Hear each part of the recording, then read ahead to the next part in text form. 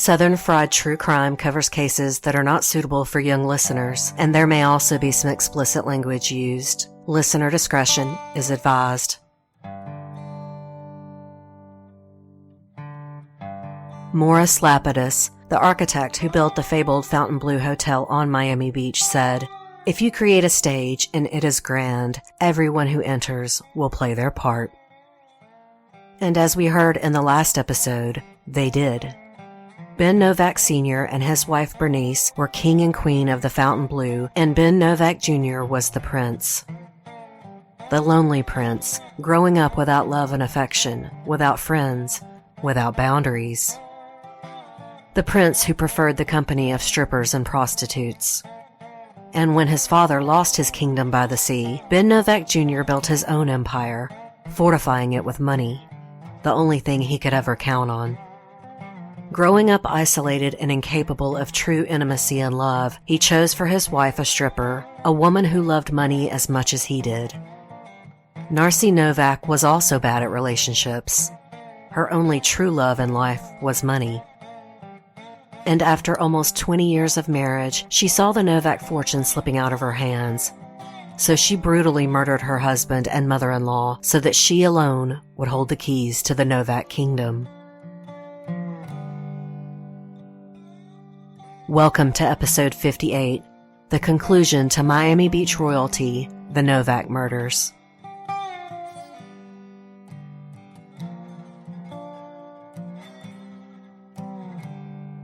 Last week, we left off with Ben and Narcy reuniting, and then Ben signing a new will in January of 2006, leaving everything to Narcy.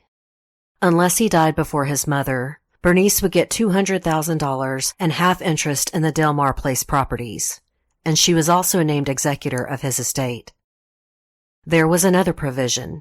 If Narcy died before him, Ben bequeathed $250,000 to each of her grandsons, Patrick and Marcello, and $100,000 to May Abad, his stepdaughter. These are important codicils to his will because the first put the elderly Bernice Novack in Narcy's crosshairs, and the second, regarding her daughter and grandsons, will become very important after Ben's murder.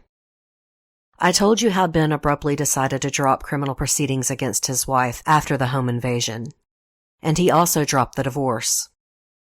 It was astonishing.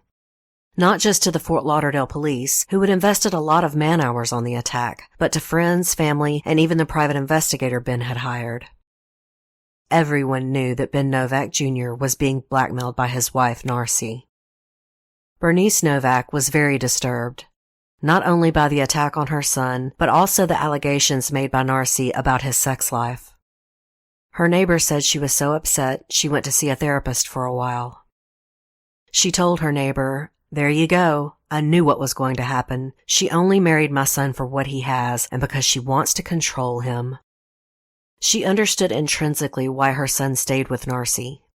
All she could do was stay close to him, be there for him, and she was. Though they hadn't had a close relationship when Ben was a child, he was extremely dependent on his mother in his adult years. John Glatt reported in his book, The Prince of Paradise, that Ben called her late at night to talk. He also called her over to get in the middle of fights between him and Narcy, to make peace. She told one friend despondently, "I never thought my life would be like this." She became depressed, and her chronic asthma worsened. She slept with an oxygen machine beside her bed. She called Ben during these attacks, but often had to drive herself to the emergency room. Despite his mother's frail health, Ben always called her when he needed something, even if it was just to rant on for hours on the phone.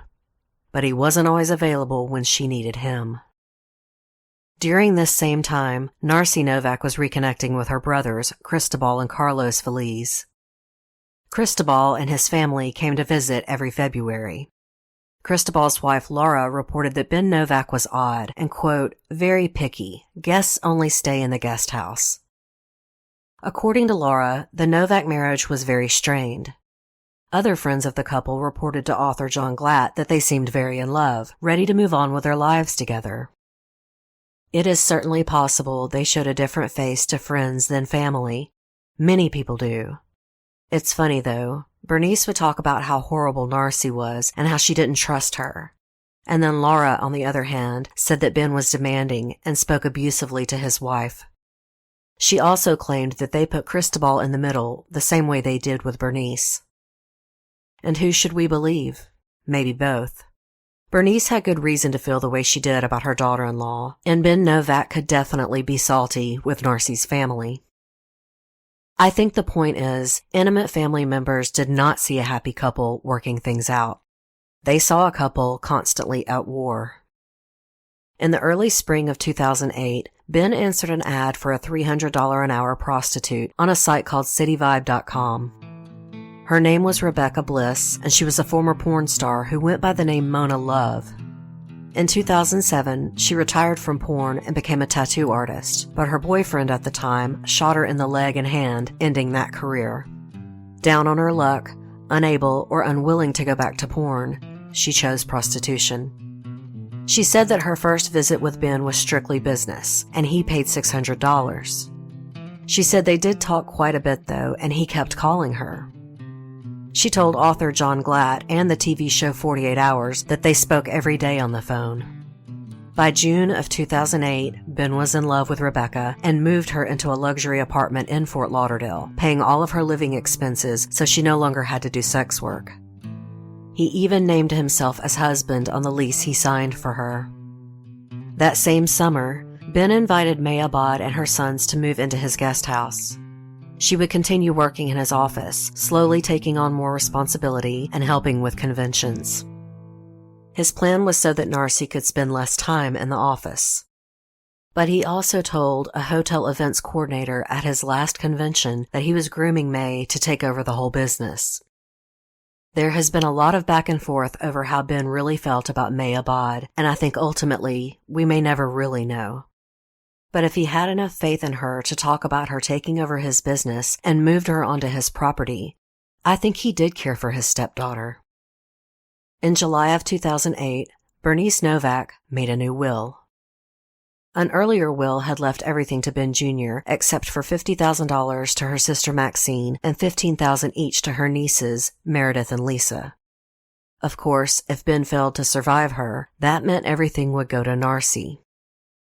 She told a close friend that she would do anything to make sure that Narcy didn't get her hands on her fortune or property. So in her new will, she left her entire estate to the Jewish Federation. There is no mention of her sister or nieces. Ben Novack Jr. was a millionaire in his own right, but when he found out his mother planned to change her will, he went ballistic. He complained that he and Narcy had 2 mortgages to pay off. I think this speaks to his character. He didn't need his mother's money. He just felt entitled to it. And after he blew up at her, she left the will on her desk and never took it to her lawyer. So when she died, her estate passed to Ben Jr. Meanwhile, by the end of the summer, Narcy became suspicious that Ben was cheating on her. She found receipts where he had bought furniture and finally figured out he was furnishing an apartment Narcy didn't know about. May Abad later claimed that she herself found the receipts and confronted her stepfather, who told her about Rebecca Bliss and that he planned to divorce her mother. She claims he promised he would still take care of her and her sons. She told many reporters that her mother was very jealous, but I think that's been made pretty clear several times. Another friend of Ben said the affair was incidental, that things had gotten so bad at home, Ben was intending to file for divorce anyway. He was just trying to get his affairs in order. Naturally, Rebecca Bliss said that he told her he was divorcing Narcy to marry her. No disrespect to Miss Bliss, but that's generally what most cheating husbands say. Maybe he was head over heels for her. Hell, Narcy was a stripper when he met her. He did not have the snobbery or natural aversion to sex work that many people have. But we cannot know for sure. I think it's fair to say he knew his marriage was over regardless of Rebecca Bliss, though. When Narcy found out about the affair, she started trying to get Ben and Rebecca arrested. She called the FBI to report an immigration fraud scheme. She said he would set up sham marriages and claimed Rebecca Bliss was being put up in an apartment because she was set to marry a foreign convention guest. She also accused her husband of using cocaine and hinted at secret trips on a private airplane to and from Mexico. In the early fall, Narcy and Ben went to Puerto Vallarta, Narcy called Mexican customs officials and claimed that Ben was carrying $10,000 illegally and was also carrying a gun without a permit. So he was stopped before boarding a plane home. No money was found, and they soon learned Ben was a retired police officer from his reserve days with the Miami Beach Police, and he did indeed have a permit to carry a concealed weapon. When the FBI questioned her about the Mexico trip and her accusations, she denied it. Needless to say, even with her earlier claims about her husband, the FBI dismissed Narcy's stories, finding that she was not credible. She had also taken to calling Rebecca Bliss, and supposedly at one point offered Bliss $10,000 to get out of Ben's life, which Bliss refused. She called Bliss numerous times, shouting in rage. Rebecca Bliss said Narcy screamed that they were not getting a divorce, and if she couldn't have him, no one could. Obviously, this isn't the first report of Narcy saying this exact thing. It's what she said to her husband after the home invasion, when she left him tied to the chair. And she began stalking Rebecca Bliss in earnest. She found out where her mother lived, and Bliss had a daughter she didn't have custody of, and Narcy even found her. Then in January of 2009, Narcy called the apartment complex where Rebecca lived and told them that her husband, Ben Novack Jr., had died and would no longer be paying the rent. The rental agent was confused by the call and told her to send a copy of his death certificate. Narcy never did. But by now, failing to get Rebecca Bliss out of Ben's life and also failing to get him in trouble with the FBI or federales, Narcy's plan took a sinister turn. She had decided that Ben must die.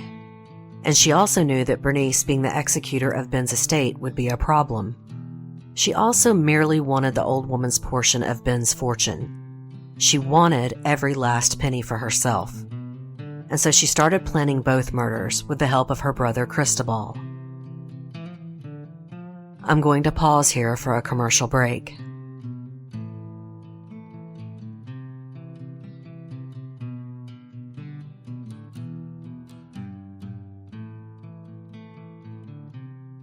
Narcy Novak bought a burner phone and kept in close contact with her brothers Cristobal and Carlos. Cristobal was to set everything up for her. They were going to hire hitmen. Cristobal spent his time networking and making contacts, looking for just the right men. On Wednesday, February 11th, 2009, 2 hitmen hired by Cristobal made their first attempt on Bernice's life. They were seen and chased off by a vigilant neighbor. One of them threw an iron lawn ornament through Bernice's window as he ran off. Bernice was terrified by this and called Ben, who told her everything was fine and to just make sure the alarm system was on. But she still called the Fort Lauderdale police and made a report. She was very shaken up. Cristobal Valise was pissed that the first plan had failed, and the men he hired now wanted nothing more to do with him. But a few weeks later, he met a Nicaraguan immigrant named Alejandro Garcia. Garcia was a crack addict with a long rap sheet who was in America past his 6-month work visa.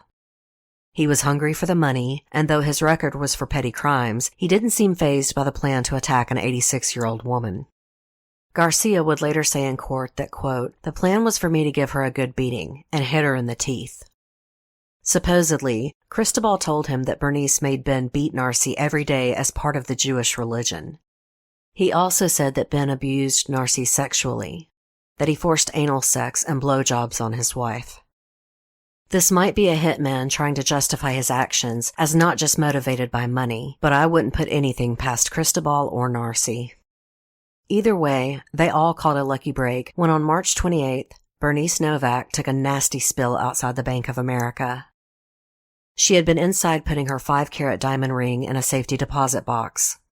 She was still shaken up by the recent vandalism of her home. She tripped over a break in the sidewalk and landed face down on the pavement.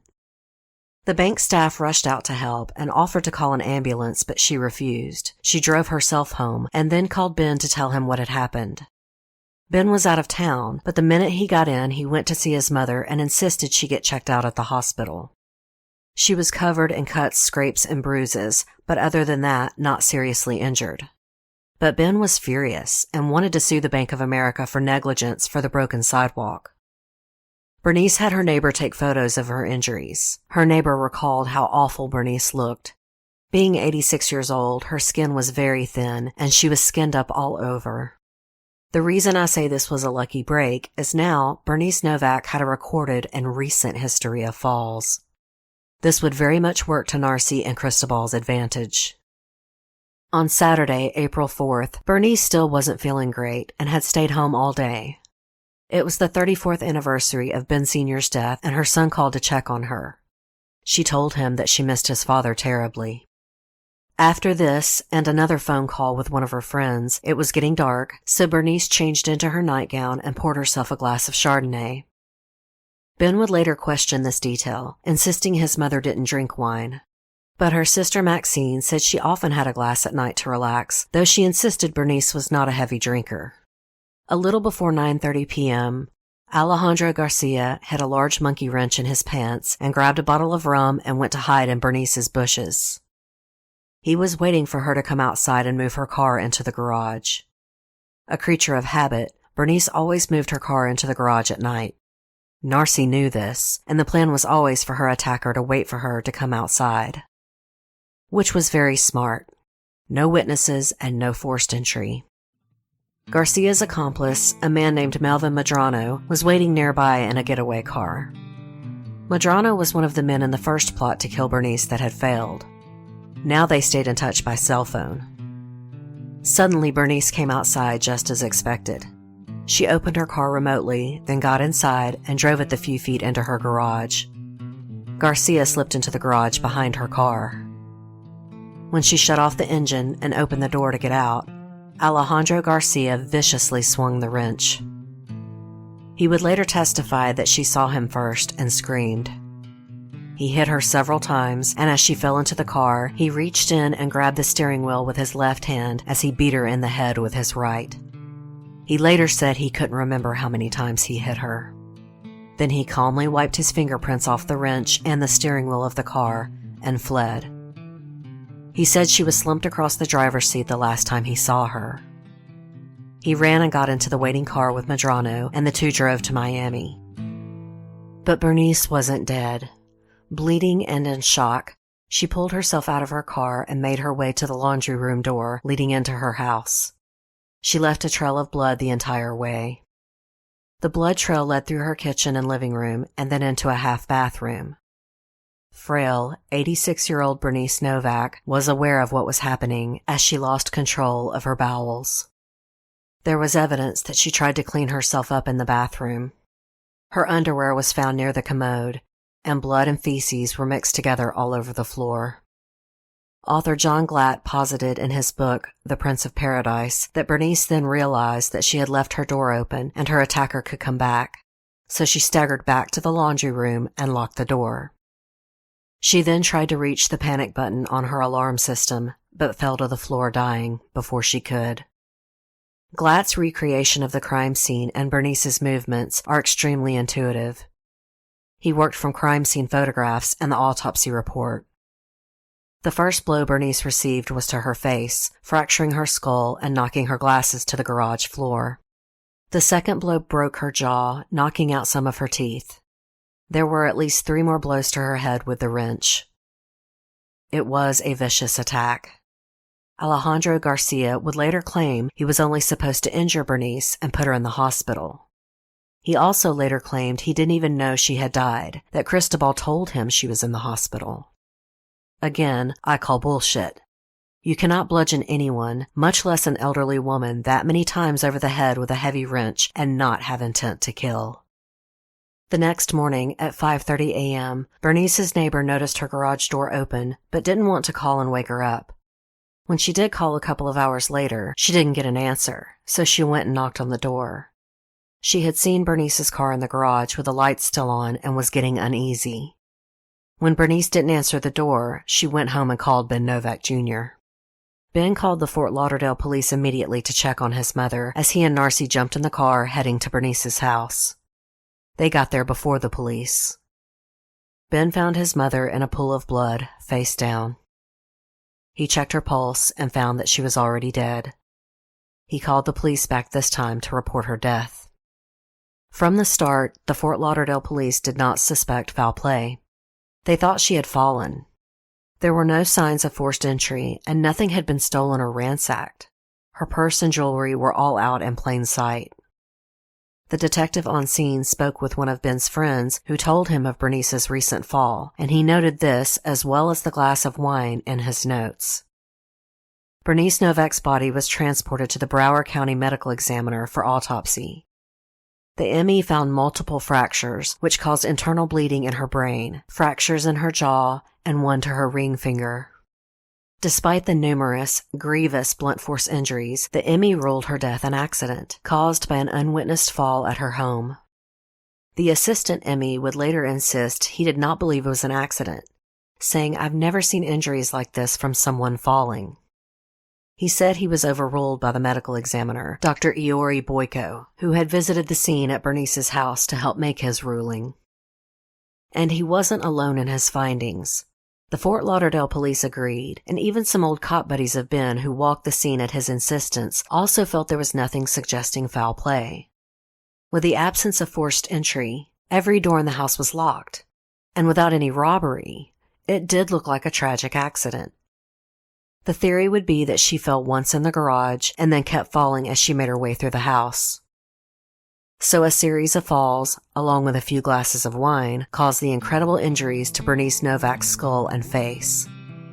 That is difficult to accept, and Ben Novack Jr. didn't. He and her sister Maxine would insist that Bernice Novack was not a drinker, and the injuries were much more serious than she would have received in a fall. But their worries fell on deaf ears. I'm going to pause now to hear a word from today's sponsor.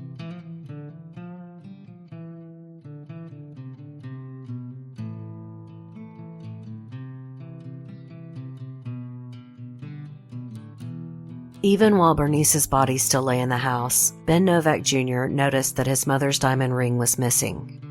This only fueled his belief that it was indeed a robbery.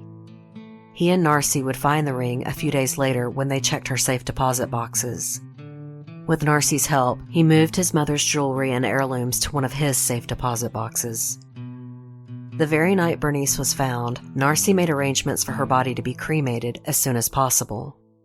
Within 24 hours, before any of Bernice's family or relatives could be formally notified.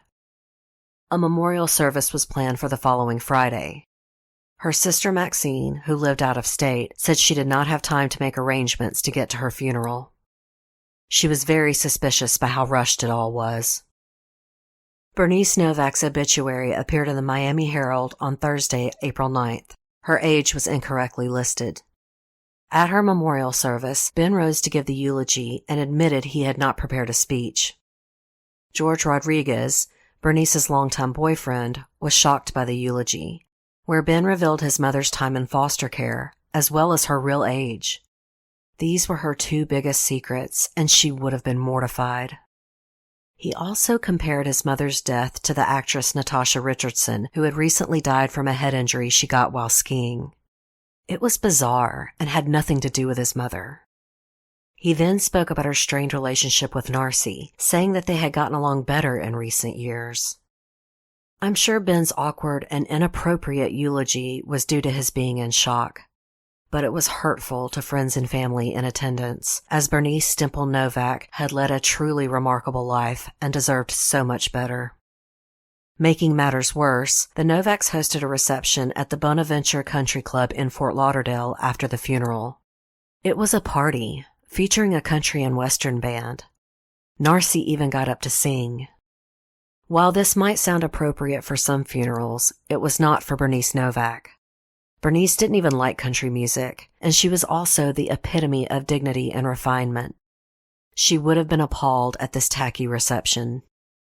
Narcy had also upset mourners at the memorial because she had cut her hair and dyed it red in Bernice's style for the event. Walking around in a tight but expensive black dress, never removing her sunglasses, she greeted mourners as if she was at a convention. Also, in the days and weeks after her death, Bernice's friends and relatives were angry at how her death was reported in the press. They were angry at Bernice being portrayed as a drinker who simply had too much wine and fell. And they were angrier still that the case was closed so abruptly.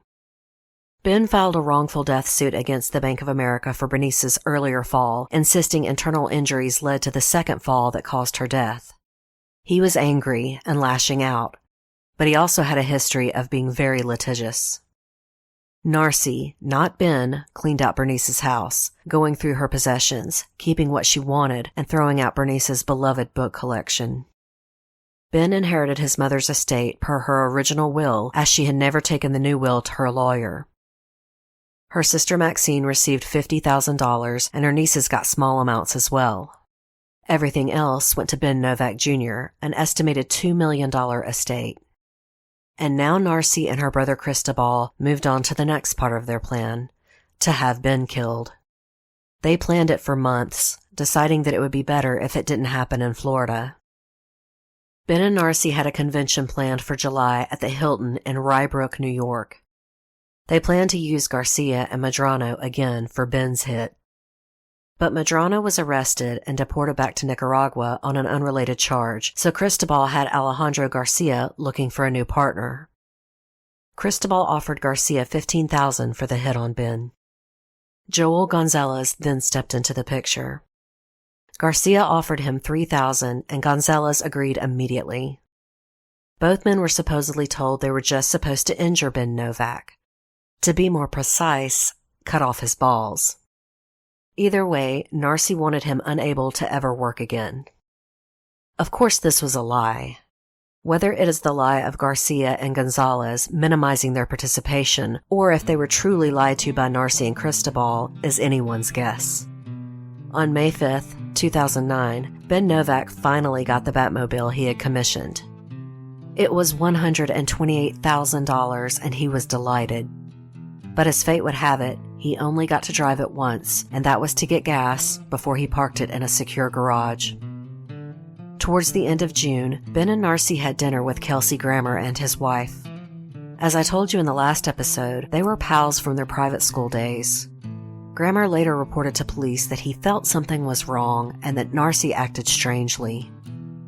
Then, on June 26th, Ben Novack Jr. hired a divorce attorney. But the attorney soon called Ben and told him he was dropping the case because he had received threats. He did not elaborate, but he wanted nothing to do with the Novack divorce. But it's clear, not just from what family, close friends, and Ben's mistress said, that Ben Novack was finally ready to pull the plug on his marriage, no matter what it cost him. At a convention over the 4th of July in Fort Lauderdale, Narcy made a point of telling 2 different business associates that Ben had a lot of enemies. One was a vendor trying to settle his bill, and the other a longtime friend who knew of Ben's callous manner in business. Neither men found the statements odd at the time, but they did after Ben's murder.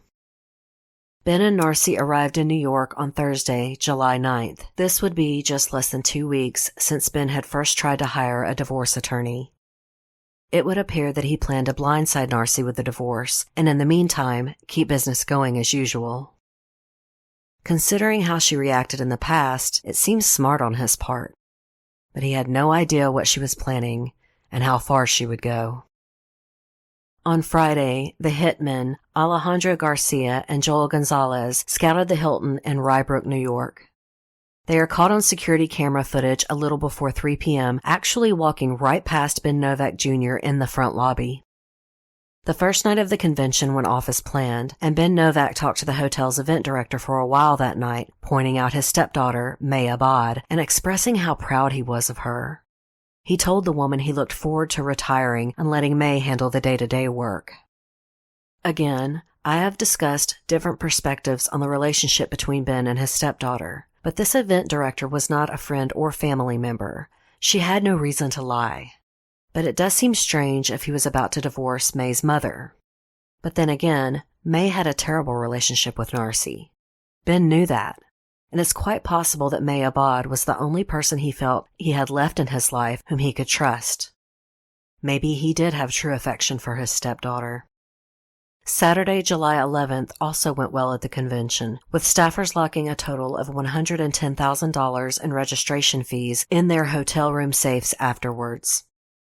Around midnight, Ben and Narcy retired to their room, using the hotel key at 12:07 a.m. Narcy had also offered to help with the departing breakfast the next morning, something she had never done before.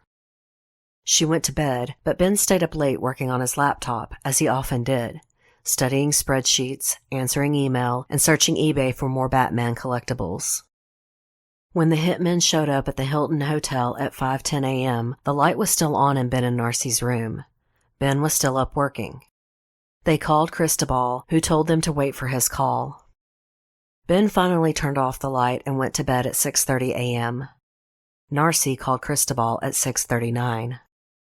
At 6:54 a.m., the hotel events director called Ben's phone because attendees were already lining up for breakfast, but none of Ben's staff was there to register them. Remember, Narcy had told her she would be there to help. But she wasn't there. She may not have anticipated her husband staying up so late. Ben did answer the phone and then called May to take care of it and went back to sleep. It was 7 a.m. when the hitmen arrived in the Novak suite. Narcy was waiting in the doorway to let them in. She put a finger to her lips to make sure they were quiet and then pointed to the bedroom where Ben was sleeping. She then led the men to the kitchen, where they removed their dress shirts and shoes. They had shopped for appropriate clothing beforehand so they wouldn't stick out at the hotel.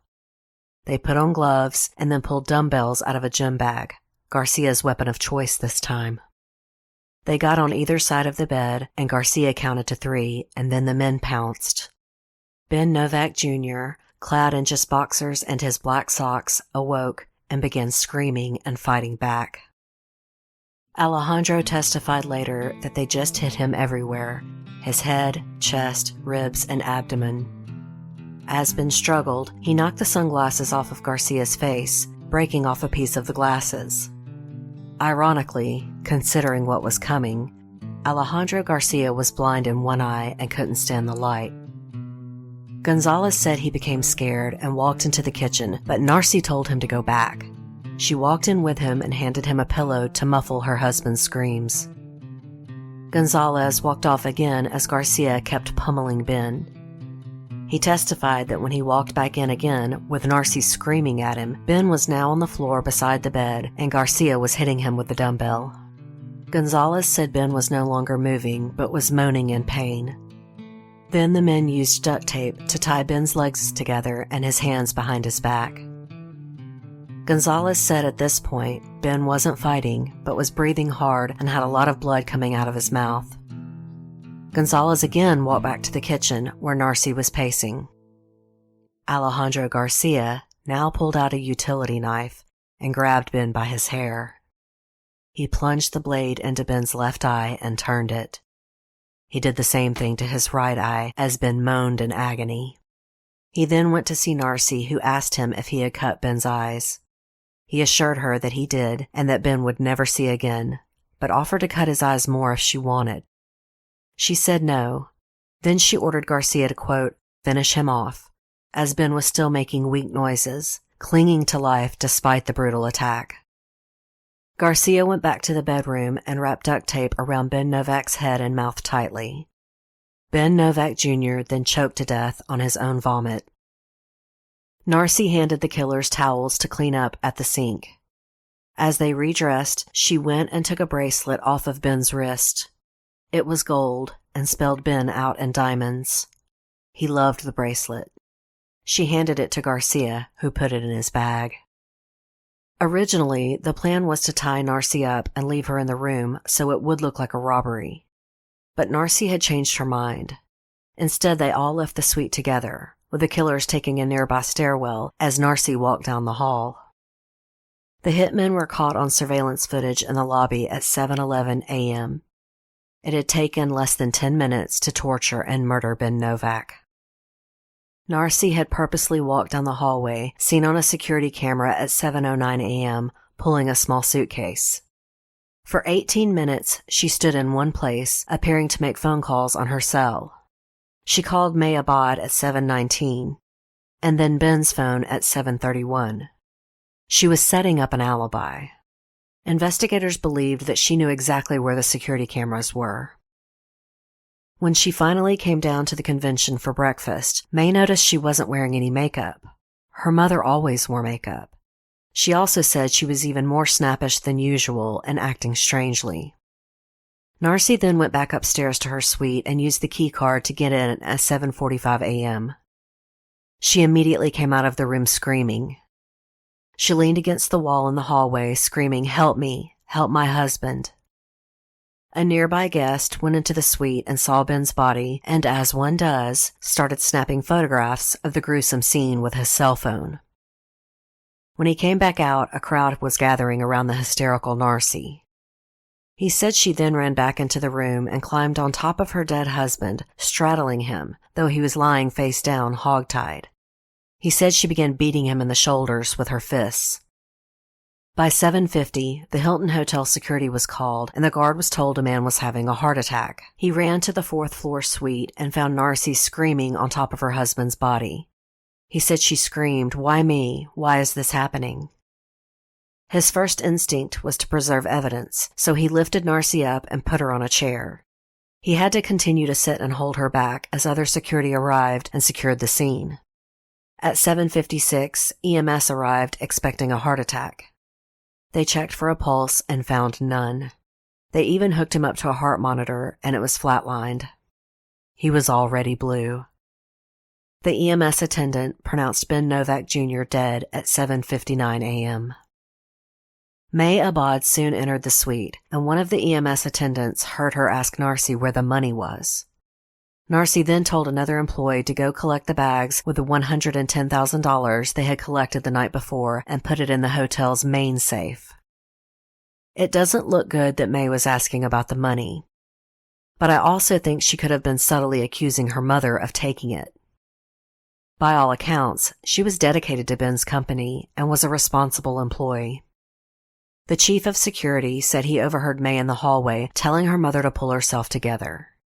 He said May told her mother to shut up and stop it or she was going to throw up, seemingly upset at Narcy's hysterics. At 8:30 a.m., Cristobal met the hitmen at a Dunkin' Donuts and paid them in $100 bills. He gave Garcia $7,000 and Gonzalez $3,000.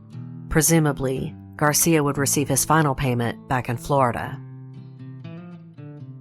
I'm going to pause here for a final commercial break.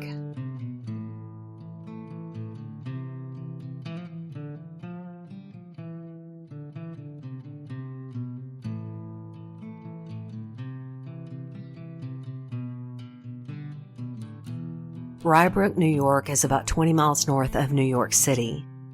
It's an affluent small town, but not equipped to handle a murder investigation of this magnitude.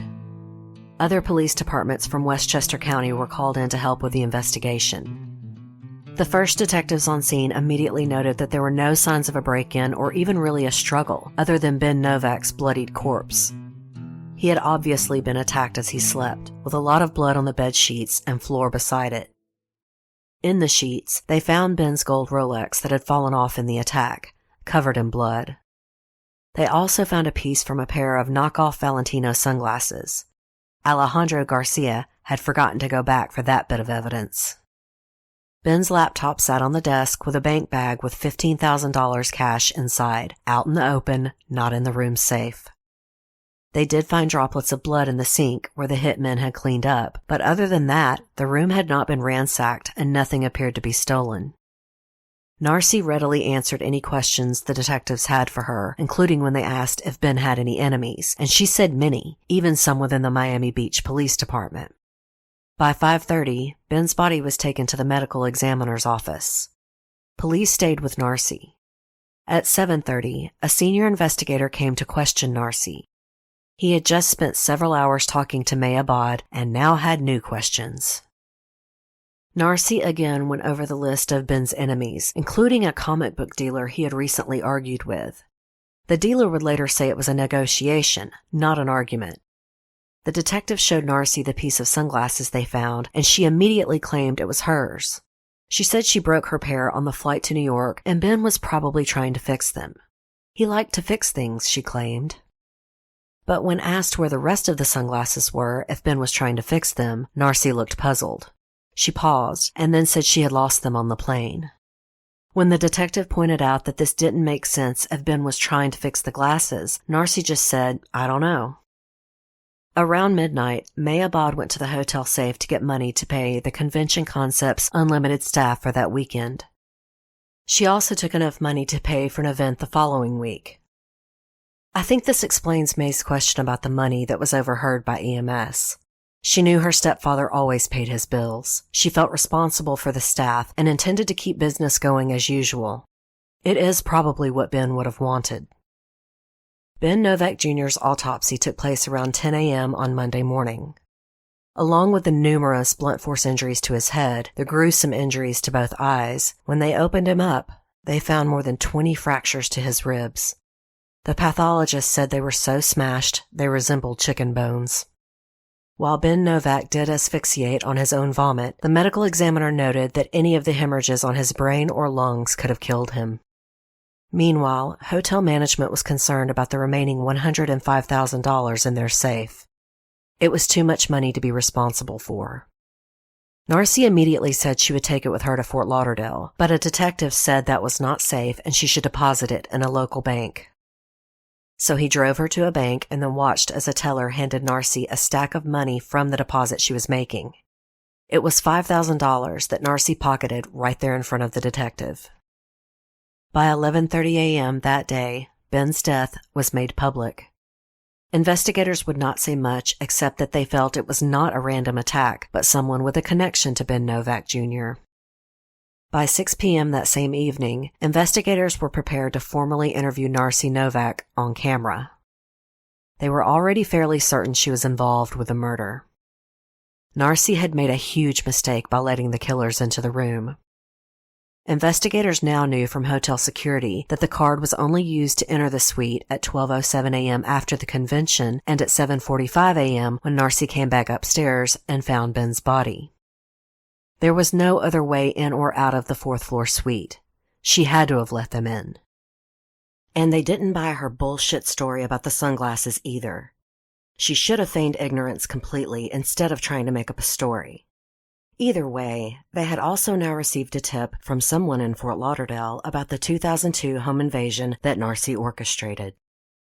And Narcy had already quite willingly told investigators about her husband's preference for kinky sex. Specifically that he liked to be tied up in the manner that he was found. It didn't feel like a coincidence to investigators. So for the next 8 hours, they grilled Narcy Novak. She remained composed, but several hours into the interview, the gloves came off.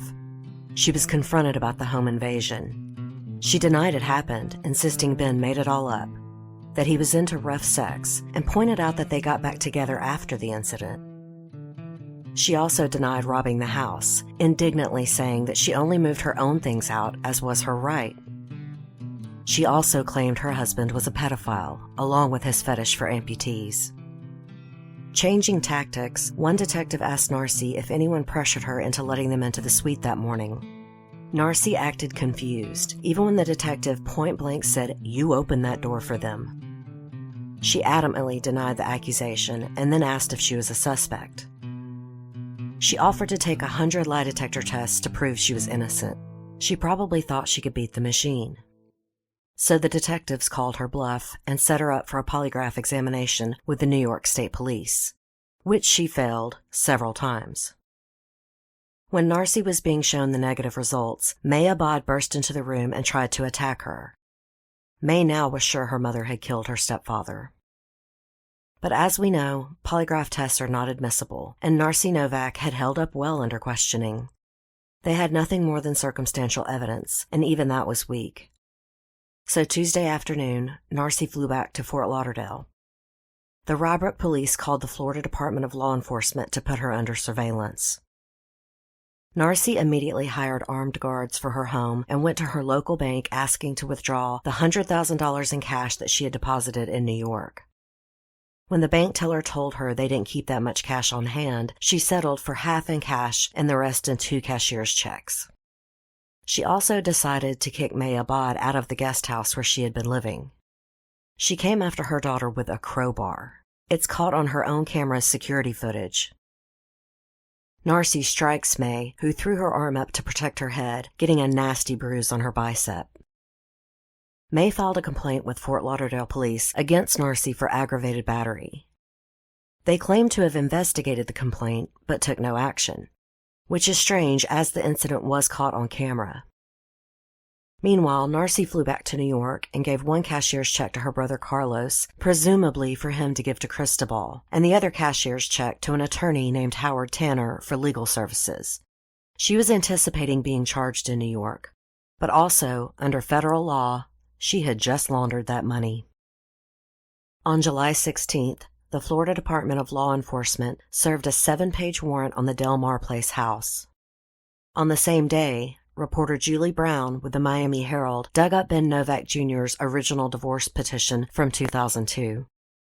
This was incredibly damaging for Narcy, as it outlined Ben's fears that she would kill him and included the quote, "If I can't have you, no one will.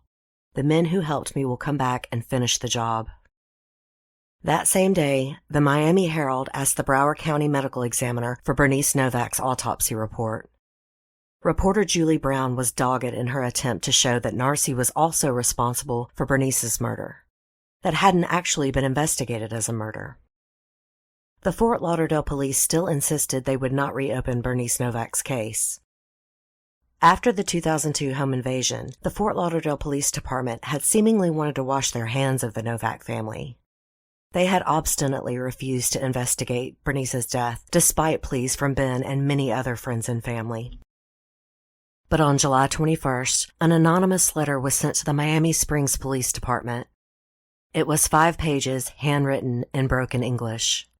The writer accused Narcy Novack and her brother Cristobal Veliz of orchestrating the murders of Bernice and Ben Novack Jr.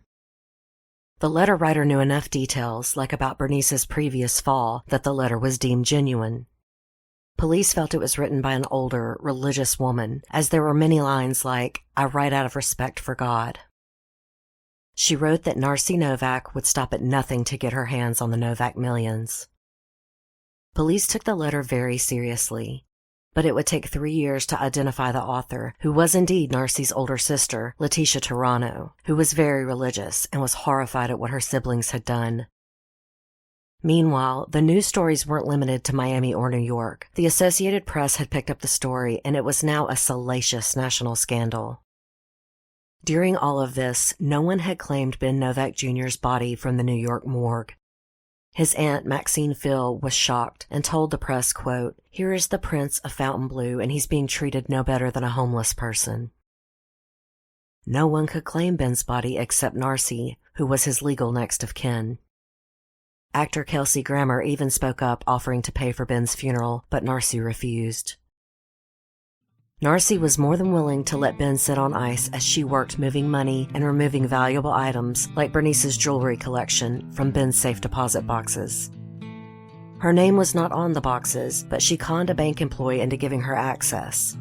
The employee was not aware of Ben's murder, and Narcy promised he would be by that afternoon to add her name. She also moved all of his Batman collection out of the warehouses where it was stored into new warehouses. It was the second largest collection in the world and worth millions.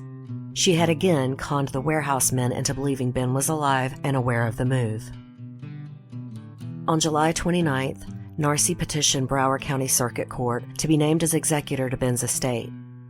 She also requested to have her husband cremated. The court refused the second request, as it was specified in Ben's will that he was to be buried in his family's mausoleum in Queens, New York. On August 7th, May Abad filed her own petition, objecting to her mother being named executor of Ben's estate. This would kick off years of legal battles over Ben Novack Jr.'s fortune. By August 14th, May persuaded a circuit court judge to freeze Ben Novack Jr.'s assets, as well as remove Narcy as executor of his estate, while his murder investigation was still underway. Broward County hired probate attorney Douglas Hoffman to act as curator of Ben's estate, and his first action was to arrange for Ben Novack's burial.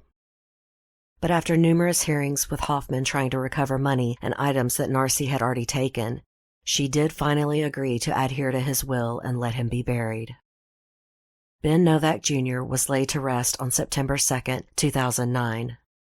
His aunt Maxine Phil spoke to the press and said she felt at peace but, quote, she let him lay there for 52 days. And then she said she heard that Kelsey Grammer had indeed paid for the funeral. During these weeks, police were starting to uncover holes in Narcy's story. They questioned Cristobal and, while at his house, noticed Western Union payments to 2 men. One was Alejandro Garcia. On August 31st, Cristobal, aware that he was about to be implicated, called a New York investigator and said he had overheard another man arranging to give money to Alejandro Garcia at a Miami gas station the morning after the meeting. By September 10th, May Abad took the gloves off and outright accused her mother of murdering her stepfather in probate court. Now Cristobal and Narcy wanted May Abad dead. They had already tried to plan to get her arrested weeks before when she first petitioned the court. The plan was to plant drugs in her car and tip off the police, but it never happened. Cristobal called up Alejandro Garcia and told him he had another job for him. Despite much pressure from Rybrook detectives, Fort Lauderdale police announced in mid-October that they had no intention of reopening Bernice Novak's case. But now, the FBI had stepped into the investigation. By mid-November, investigators were ready to arrest Alejandro Garcia for Ben Novack Jr.'s murder. He and Joel Gonzalez were identified on hotel security footage after Cristobal's tip. The police still believed that Narcy and her brother hired the hitmen, but they needed the killers to roll on them first. They arrested Alejandro Garcia and then Joel Gonzalez, but they took their time. They wanted the case against Narcy and Cristobal to be airtight. In March, the FBI seized assets from Ben Novack Jr.'s estate and barred Narcy from taking the title of the Batmobile and other antique cars, boats, and other expensive items. The Miami Herald pointed out that their sealed warrants meant that the FBI Violent Crimes Task Force was gathering evidence to prove that Narcy Novak had been involved in a criminal conspiracy for financial gain. Investigators now realized that with Alejandro Garcia cooperating with the government, that May Abad's life was in danger. But witness protection paperwork takes months, and so they incredibly told her just to be careful and protect herself. A detective from Westchester County who had investigated Ben's murder, Allison Carpentier, loaned May Abad $5,000 to relocate herself and her children. The detective would lose her job for this kindness once Narcy and Cristobal went to trial and it was revealed. Finally, on July 8th, almost a year to the day of Ben's murder, the FBI arrested Narcy Novak at 6 a.m. while her brother Cristobal Veliz was arrested in New York at the exact same time. Both Alejandro Garcia and Joel Gonzalez had sang like canaries. The indictment charged them with conspiracy to commit interstate domestic violence and stalking because, according to author John Glatt, there was no federal murder statute they could use at the time. Interestingly, this law was instituted in 1994 after the murder of Nicole Brown Simpson, and it meant life in prison for Narcy and Cristobal if they were convicted. Finally, after the federal charges and arrests, the Fort Lauderdale police agreed to reopen Bernice Novak's case. Once the medical examiner read Alejandro Garcia's statement, he realized it matched Bernice's injuries exactly and now changed her death ruling to homicide. From his jail cell, Cristobal tried to have Alejandro Garcia killed before he could testify. He wanted Joel Gonzalez to shiv him in prison. But Gonzalez refused and then turned him in. On April 5th, an 11-count superseding indictment was filed in federal court on Narcy Novak and Cristobal Veliz for orchestrating Bernice Novak's death, racketeering, attempting to murder Alejandro Garcia, and Narcy was also charged with money laundering for the money she moved from the bank right after Ben's murder. Finally, on September 20th, more superseding indictments were filed against Narcy and Cristobal. The 6 felony counts included murder and aid of racketeering. The charge carried a mandatory life sentence without parole. The trial of Narcy Novak and Cristobal Veliz began on April 23, 2010, and would last for a dramatic 9 weeks. Alejandro Garcia made an excellent witness with total recall. He told in a measured, matter-of-fact way of how he brutally murdered the elderly Bernice Novak as well as Ben Novack Jr. Joel Gonzalez was also an excellent witness, explaining how Narcy handed him the pillow to try and smother her husband and that she did give the order to kill him. Gonzalez also revealed that Cristobal Veliz had offered him $150,000 to implicate May Abad rather than Narcy Novak. Cell phone evidence from Narcy's burner phone to Cristobal and then the two hitmen only added more credibility to the hitmen's testimony. There were literally hundreds of calls between the siblings in the months leading up to the murders. Narcy Novak declined to testify in her own defense, but Cristobal stupidly took the stand, and the prosecution handily countered every lie with video surveillance, bank statements, phone records, and many other pieces of evidence. By the end of the trial, 60 witnesses had testified, and some 300 pieces of evidence were entered into the record. During the prosecution's closing argument, Cristobal stood up and again accused May Abad and was sternly admonished by the judge. He also tried to change his plea in the 11th hour and wanted to testify again, claiming he would tell the truth this time. The judge refused. The trial was over. Narcy Novak now declined to be in the courtroom as the verdicts were read. She had spent the entire trial stoically silent, insisting on wearing her prison orange jumpsuit when even May Abad had offered to bring her clothes to wear. On July 20th, the jurors found both Novak and Veliz guilty on all counts except one, which was the violent crime in aid of racketeering. This was because the government had never found Ben's gold bracelet, and as nothing else was taken from the hotel room that morning, they could not prove it was a robbery. So they were technically found not guilty of the felony murder of Ben Novack Jr. But Narcy Novak was found guilty of 12 of the federal counts, and Cristobal Veliz was found guilty of 14.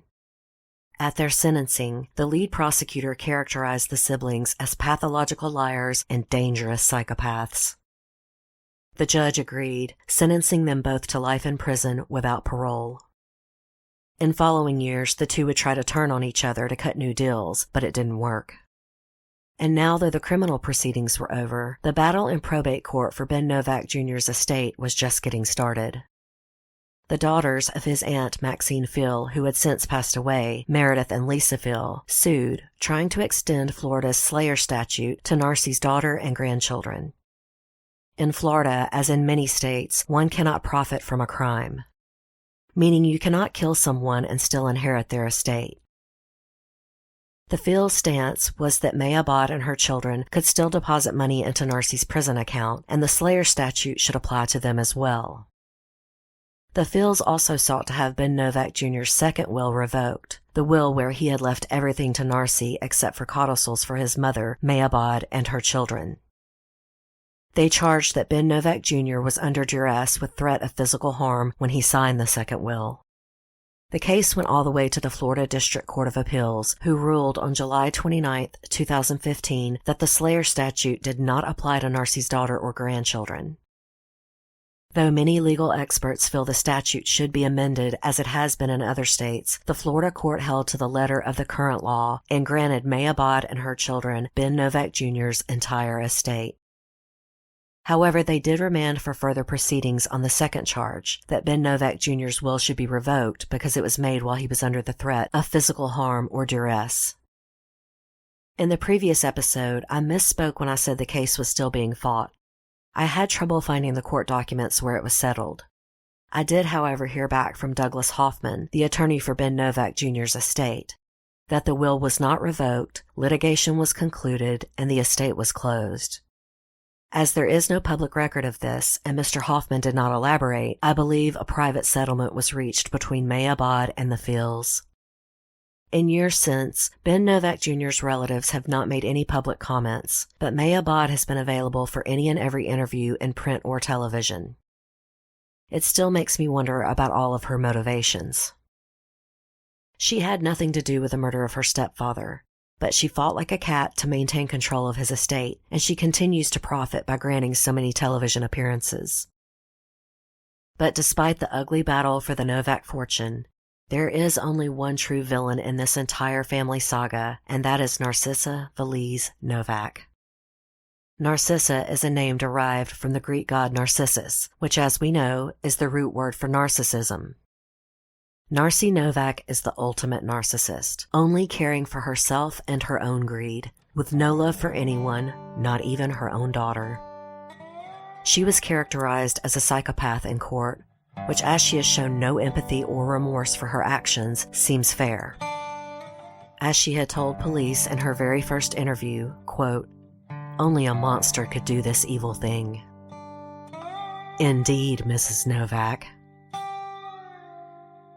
Southern Fried True Crime is written and produced by me, Erica Kelley. The original graphic art is by Coley Horner, and Southern Fried's original music is by Rob Harrison of Gamma Radio. There were numerous other minor players and accomplices to this twisted story, too many to go into even in 2 episodes. So I heartily recommend John Glatt's book, The Prince of Paradise, the true story of a hotel heir, his seductive wife, and a ruthless murder. I also recommend Fools Paradise by Stephen Gaines, who interviewed Bernice and Ben Novack Jr. shortly before their deaths. His book came out in January before the murders in 2009, but it is more a history of Miami Beach, while Glatt's book focuses specifically on the murders. However, there are countless true crime shows about this insane case, too many to name. But Beautiful and Twisted is a Lifetime movie starring Rob Lowe as Ben, Candice Bergen as Bernice, and Paz Vega as Narcy. While it skips much of the background detail and takes quite a few liberties, the murders, as shown on screen, are graphic and pretty close to what actually happened. You can rent it on Amazon Prime, and I admit it is fun in a campy way. Don't forget, I will be at the True Crime Podcast Festival in Chicago on July 13th. It will be held at the Marriott downtown, right on the Magnificent Mile. This festival is strictly for true crime podcast addicts. 90 of your favorite podcasters will be there for you to meet and scoop up swag. This is a full-day event with several panel discussions, live episodes, and a huge meet and greet. I will be a panelist along with Justin from the Generation Y, Josh from True Crime Bullshit, Laura from Crime Writers On, and Jillian from True Crime Obsessed.